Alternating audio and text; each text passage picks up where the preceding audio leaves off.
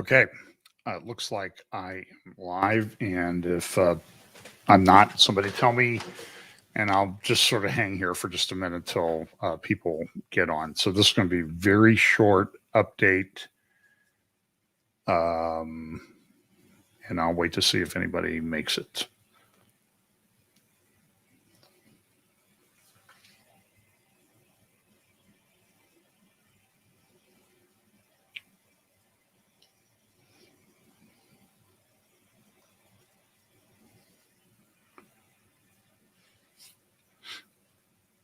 Okay, well, there's a few people there, so I'm going to go ahead and go.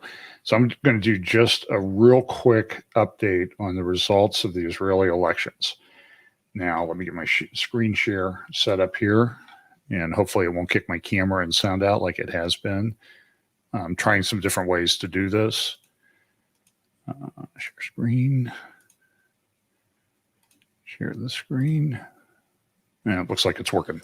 So Israel just went through its fifth round of elections in 3 years. And here's a great graphic from Israel Hayom magazine or newspaper the other day that means Israel Today. And it might be Israel Hayom. I never say it correctly. So it seems like in Hebrew, whenever you say something, then somebody can always say, well, it's really said a different way. But that's a whole different subject. So this is the tilt-a-whirl, the spinning elections. For example, you can see Ayelet Shaked, who is in one of the parties here. She's hanging on for dear life, and she did not make the threshold. So here's another. Let me get this to advance. There we go.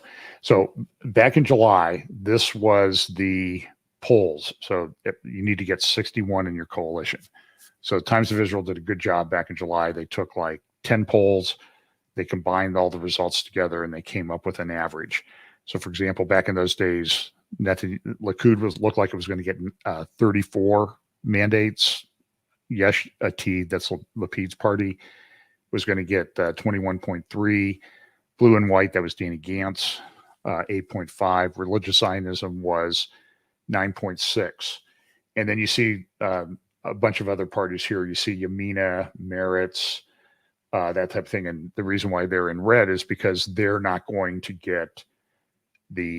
meet the 3.25% threshold where they would get 4 mandates, and they're gone. So that was the poll back in July. Here's the poll in September. And what Netanyahu did in September was very clever. What he did was he convinced the religious Zionism and another smaller religious Zionist party to merge into religious Zionism. And what that meant is that they were not at risk of one of them falling below the threshold. Combined, they would get more. And I think some people who've watched the election think that Netanyahu probably pretty much nailed winning the election at that time. Now, he was going to align with the religious right. A lot of people didn't like that, even conservative people in Israel, because they don't. There's a lot of animosity with the Orthodox parties and the ultra-Orthodox. A lot of people sort of view them, some of the ultra-Orthodox as freeloaders. They sit around, they study Torah, they have babies, they don't serve in the military, and they get subsidized by the government. So a lot of people just really resent that, and it's understandable. But Netanyahu has long been aligned with them. So there were talks about, would he align with the Blue and White party? Would he? What happened? Hang on here. I got to find my mouse cursor. It seems to be stuck in my. Oh, here, I'll just shut this off. There we go. So in September, Netanyahu really nailed things down pretty well. So then this was the exit polls that took place. This is one of the main exit polls that took place after the elections on Tuesday. And so you can see they had Likud getting 30, Yesh Atid getting 24, Religious Zionist Party 14, Benny Gantz's party has kind of changed names, so it says here State Party. Yisrael Beteinu, the sort of the Russian Jewish party of Avigdor Lieberman. Labor was going to get 6, Meretz 5. This is a Dash Ta'al's Arab party, Ram party, which was part of the coalition. That's a Muslim Brotherhood Arab party. Shas would get 10, United Torah Judaism 7.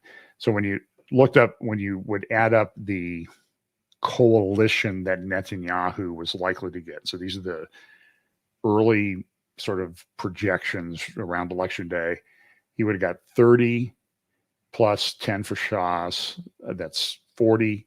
United Torah Judaism would be 7. That would be 47.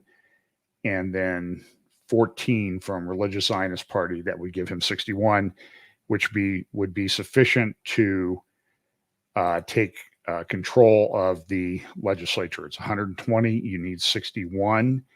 And so here are the actual results, though, that came in today. They were finalized, 100% of the vote counted. You see that Likud, they projected 30, they got 31. Religious Zionists, they were predicted 14, they got 14. Shas was predicted, let's see if I can go back here. In the last poll, Shas was to get 10, they got 7. And United Torah Judaism was projected to get 7, but they got 8. So as a result, Netanyahu got 65. That's like a huge, big victory in Israeli politics. Should be a stable government for 4 years. Now, it's not quite over yet. There's still one thing that needs to do. But just to look at some of these this Hadash Ta'al, that's 5. They're not really aligned with anyone. And then when you look at the other coalition parties who would have formed a coalition, Yisrael Beteinu, Labor, Ram, National Unity, that's Gantz's party, Yesh Atid, that's Yair Lapid's party, they would get 50. So they had 61 in their coalition after the last election. They're down to 50. And so Netanyahu has consolidated his base, and he's going to be the prime minister. And it looks like they may have a 4-year run of it.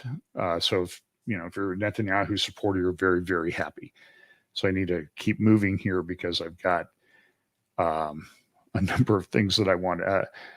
So I'm going to run an old update here in a few minutes, starting at 7. We decided to pick one out from 3 years ago today. And so I want to look at just a couple other articles. Caroline Glick just put up her podcast with Gadi Tab. It's excellent. I would highly recommend, after you watch the replay of my update, or before, if you want, go to YouTube, go to JNS channel, get Caroline Glick. Excellent interview. I listened to about the first 30 minutes of it. Excellent analysis of the election. Highly recommend it. And then there's some articles. JNS has just a slew of good articles up. I'll just toggle a few for you. Melanie Phillips, Israel joins the West culture wars. You're going to see this. This is a fascist coalition. Israeli democracy is over. You're going to hear the same things about Israel and the results of the election that you're hearing here in the United States. This is the end of democracy. This is the end of freedom. It's the mainstream media in the United States and the mainstream media in Israel are very, very similar. They hardly report on facts. I mean, like, how many of you knew that the attacker of Paul Pelosi was an illegal alien? I mean, I knew that like last Saturday or Sunday. And tonight, ABC News somebody just sent me a thing and said, breaking news, illegal alien attacked Paul Pelosi. It's like, where are these people? And so you understand the narrative that you're doing. Everybody that votes against the Democrats is against democracy. We'll destroy democracy by voting. That's what one of the commentators on MSNBC said today. You're going to hear the same thing in Israel. So read Melanie Phillips' article. I'll talk some more about these on Sunday. This is a story that just came out. I think it just hit. British Prime Minister has abandoned plans to move the embassy to Jerusalem. This is not a good thing. By the way, in a big country south of the United States, the president there has lost. There are demonstrations, even riots all across the country, all over the country. It's fairly bad. You're not allowed to talk about it. So I'm not going to mention the country or whether I challenge the results or accept the results or not. It's irrelevant. But I'm telling you that president decided not to move the embassy of that country to Jerusalem just recently.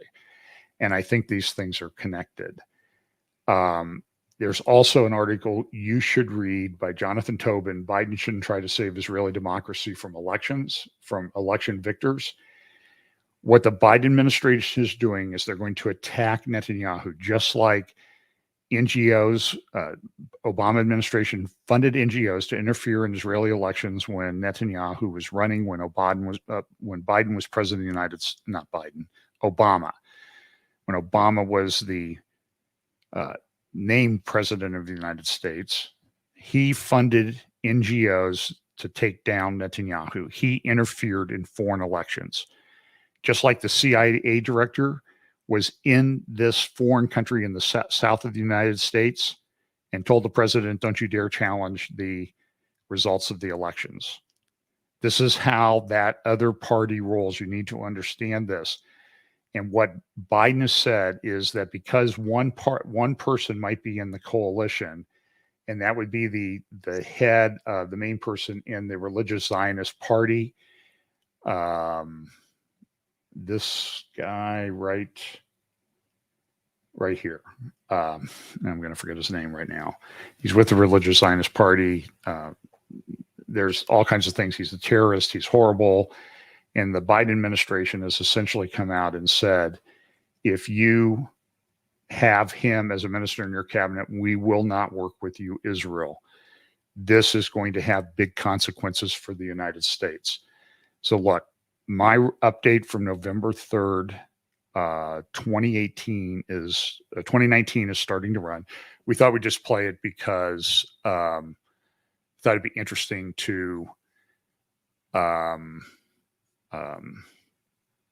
see how things compared 3 years ago before a lot of this mess started.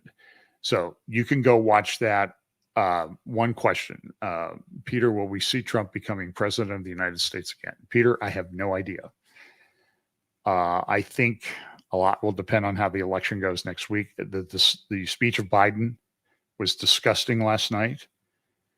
And he said it's going to take days and days to figure out who wins these elections. And a lot of it was in the states where some people think there might have been problems before. You can run the math on that. So I'm just telling you, you need to pay attention. But this is a big deal. Biden is going to try to interfere with the formation of the Israeli government, because they have to negotiate and give certain ministries to this party and funding and that sort of thing. It's now the negotiation starts. Netanyahu will get the negotiations completed, but Biden is going to try to interfere. This is the way they roll, and this is the way they deal with Israel. I'm hearing rumors that they're trying to get the negotiations started with Iran again.